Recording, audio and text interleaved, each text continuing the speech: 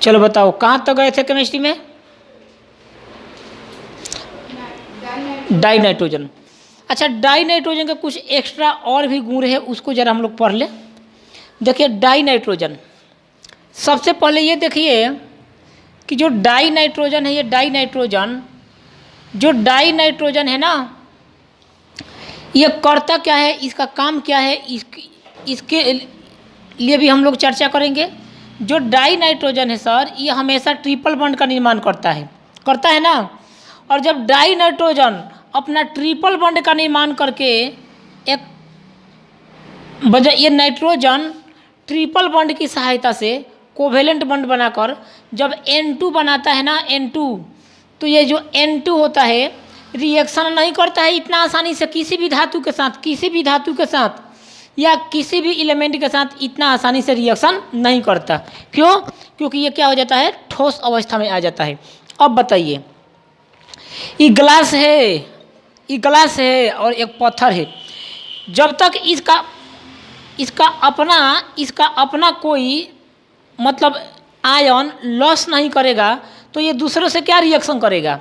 तो कहने का मतलब डाई नाइट्रोजन रिएक्शन तब करेगा जब कोई परमाणु इसके साथ या कोई धातु इसके साथ रिएक्शन करे, लेकिन उस केस में करे, जैसे मैं अगर मैग्नीशियम के साथ रिएक्शन करा दूं तो जब भी रिएक्शन करेगा तो रिएक्शन होने की पॉसिबिलिटी तब रहती है जब हम यहाँ टेम्परेचर दे क्या दें, हीट करें। कहने का मतलब अगर ये सॉलिड अवस्था में आ जाए, अगर मुझे इसको गैसीय अवस्था में तोड़ना है तो मुझे इसको क्या करना पड़ेगा, मुझे इसको गैसीय अवस्था या लिक्विड अवस्था में तोड़ना है तो मुझे क्या करना पड़ेगा, इसको हीट करना पड़ेगा।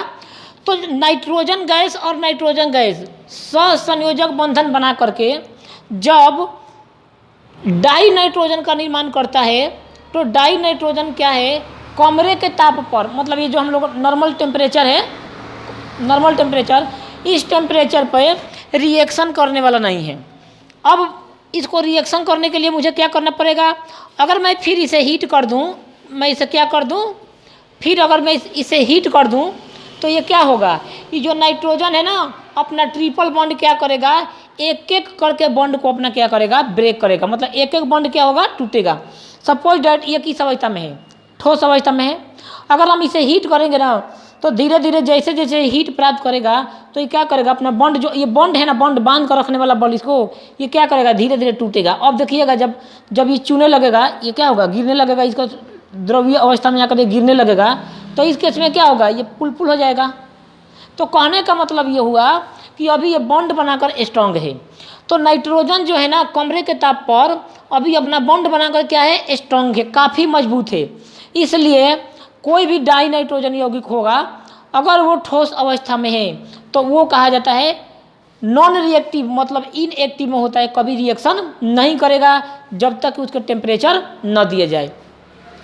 और इसका कारण क्या है, नाइट्रोजन का जो बॉन्ड एंथैल्पी है, बॉन्ड एंथैल्पी, इसका बॉन्ड ऑर्डर ज़्यादा होने के कारण, बॉन्ड ऑर्डर मतलब क्या, परमाणुओं को बांध कर रखने वाला फोर्स, जो इसका बॉन्ड ऑर्डर होता है।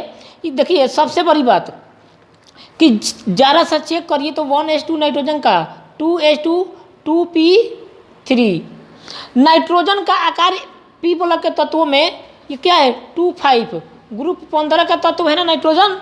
ग्रुप 15 के तत्व होने के बावजूद इसकी खासियत ये है कि ग्रुप 15 में आकार में सबसे छोटा है ना, लेकिन इसकी आयनन एंथैल्पी जो है ना, मतलब खींचने की क्षमता, वो बहुत स्ट्रांग है। क्या है, बहुत स्ट्रांग है। बाकी ग्रुप 15 के तत्वों से इसकी आयनन एंथैल्पी क्या है, खींचने या खींचाने की क्षमता, आयनन एंथैल्पी, आयनोजेशन एंथैल्पी इसकी क्या है, बहुत स्ट्रांग है। कहने का मतलब चुंबक अगर यहाँ है और लोहा यहाँ है तो उतना जल्दी थोड़ा ना खींचेगा जितना कि चुंबक यहाँ है, लोहा यहाँ है तो अचानक खींच लेगा।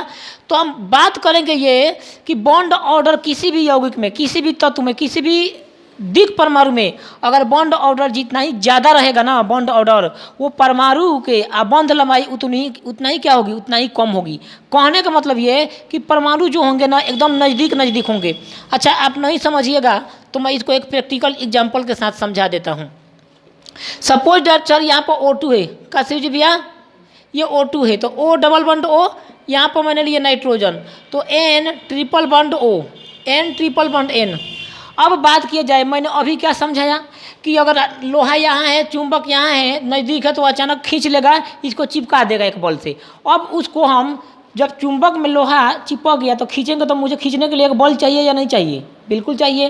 तो बॉन्ड ऑर्डर जितना ही ज़्यादा होगा, दोनों परमाणु एक दूसरे के उतना ही नज़दीक होंगे।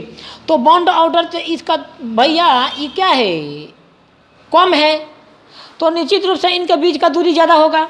तो ऑक्सीजन एगो ऑक्सीजन के साथ इतना दूरी पर है, तो नाइट्रोजन जाहिर सी बात है कि इससे कम दूरी पर है। तो बताइए किसका आकर्षण बल ज़्यादा है? नाइट्रोजन का। बॉन्ड ऑर्डर बढ़ेगा तो उसका बल क्या होगा? बढ़ेगा। तो नाइट्रोजन का जो बॉन्ड ऑर्डर है ना, काफ़ी ज़्यादा होने के कारण इसको तोड़ने के लिए मुझे काफ़ी हीट की ज़रूरत पड़ती है। और इस केस में जब किसी डाई नाइट्रोजन को हम हीट करेंगे, तब वो किसी भी चीज़ के साथ, किसी भी धातु के साथ, किसी भी मेटल हो गया, कोई भी नॉन मेटल हो गया, उसके साथ क्या करेगा? आसानी से रिएक्शन करेगा, अन्यथा ये रिएक्शन नहीं कर पाएगा। दूसरी बात ये है सर कि क्या कोई भी डाई नाइट्रोजन धातु के साथ रिएक्शन करता है? तो बिल्कुल करता है सर। अब जब कोई भी डाई नाइट्रोजन अगर धातु के साथ रिएक्शन करेगा, तो उसकी उस डाई नाइट्रोजन के, उस नाइट्रोजन परमाणु के पास जितनी वैलेंसी होगी, वो धातु एटम को क्या करेगा? प्रदान कर देगा, और उस केस में कोई ना कोई यौगिक बनेगा। जैसे देख लीजिए सर, मान लीजिए मैंने लिया Mg प्लस N2, यहाँ मैंने 6 Mg लिया। अब आप बताइए सर, यहाँ पर क्या बनेगा? बता सकते हो? तो यहाँ पर सर बनेगा Mg3N2। Mg3N2 कहने का मतलब मैग्नीशियम की वैलेंसी कितनी होती है? अरे 2 और 2 3 6, और इसका नाइट्रोजन का 3 दूनी कहे 6 में से 6 गया 0, कटेगा बिल्कुल। तो ये क्या, ये जो यौगिक बना है बिल्कुल अस्थाई है? बिल्कुल है। अगर मैं एक और लेता हूँ 6 लिथियम आयन प्लस N2, अगर मैं इसको रिएक्शन कराता हूँ तो सर बनेगा क्या? तो ये सर बनेगा L3, यहाँ पर 2 हो जाएगा, 2L3 इंटू N बनेगा, 2L3 इंटू N बनेगा।